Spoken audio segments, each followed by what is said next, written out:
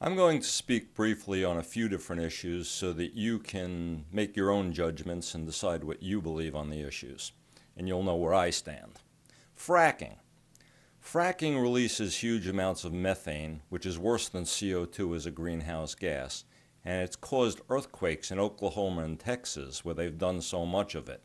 It also pollutes water tables. I am absolutely in favor of a total ban on fracking. Planned Parenthood has been used as a punching bag by Republicans for a long time now. Less than 3% of their money is involved with abortions, which are none of your business. They save society money by helping poor and middle-class women with health services, keeping them out of emergency rooms and from spending on medical disasters later. The phonies who object don't care, but it is a humanitarian mission, and they ease human suffering. If we had a proper national health care system, Planned Parenthood wouldn't be necessary. Their services would be folded into that. As far as energy policy, we need a Manhattan Project to develop clean renewables, and we needed it in 1970. We always hear about a smart grid because that's the way big business has steered the conversation. It's bad policy. The very idea of a grid is wrong. When storms hit, an entire town loses power. We need to get to the point where all new buildings are off the grid and self-sufficient with their own clean power, be it with solar panels, a geothermal system, windmills, tidal power, whatever's available at that place. That way, if your house is hit, your neighbor on either side can still help you because they still have power. You also cannot be hacked. This is a major national security issue. The Chinese can already shut the electricity down in most of this country anytime they want, and we know it. The grid is hackable. We keep hearing about grids because giant utility companies keep paying people in Washington to keep doing things that way. That thinking has to change. On the subject of education, which I've already spoken on in another video, I think it's worth mentioning again. Educate your public and stop looking at it as a cost. Look at it as an investment. The whole world will be better off, and college students won't wind up paying off debt for decades to the private businesses that are raping them. On the subject of unions, the assault on unions is the assault on the middle class, and union membership levels have been reduced to numbers not seen since 1932, at the height of the Great Depression. There's a reason the ruling class doesn't want you organized. The Nazis went after unions, and for the same reasons. And if you think that's hyperbole, your school did a good job of keeping you ignorant.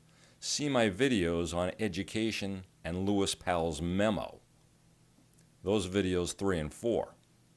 As far as infrastructure spending goes, we need it for safety and economic reasons. Bridges and tunnels are collapsing and big disasters are coming. We can create millions of good-paying jobs, and there is a 7-fold increase in economic activity as they spend that money and pay taxes on it. It's trickle-up economics, and unlike trickle-down, as every economist knows, it works for the 99.9%.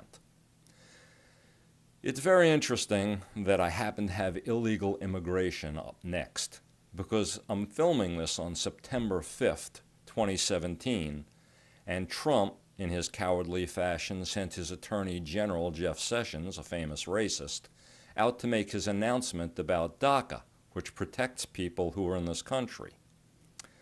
The nonsense that illegal immigrants are taking our jobs is just a divide and conquer strategy. It isn't about country, it's about class divisions. Our trade deals have allowed capital to cross borders, but not labor. If you paid Americans to pick those strawberries, they'd cost 5 times what they do now. The fact that their kids may go to public schools and they may occasionally go to the ER, Christian charity aside, costs you far less than you save at the supermarket. Many companies would be killed because they take advantage of cheap labor. We take advantage of them, and everyone who can do math knows it. Trump's racist blathering aside, illegal immigrants commit less crime than Americans or legal immigrants. That's because they cannot afford interaction with police due to the threat of deportation. As far as DACA goes, when you have a person who came here with his parents at 4 years old and is now 36, who's been through school, who has a job, who's paying taxes, who's a fully integrated American, who speaks English and doesn't know any other language and doesn't have any familiarity with the country he came from, to deport them, that's simple cruelty. It's cruelty, and it's designed as a divide and conquer tool so Trump can preach to that racist base of his. There's one other subject I want to touch that you don't hear much about. Vitamins. Lots of you are taking vitamin supplements. How many people do you know that take them every day? Do you know they're unregulated? Much of the time, what's in a pill and what's on the label aren't even related. You don't know what you're taking or how much of it. When someone suggested making rules a few years ago, the companies that were selling you this stuff got together and formed a lobbying group to bribe your politicians. There is no FDA approval or check on these things.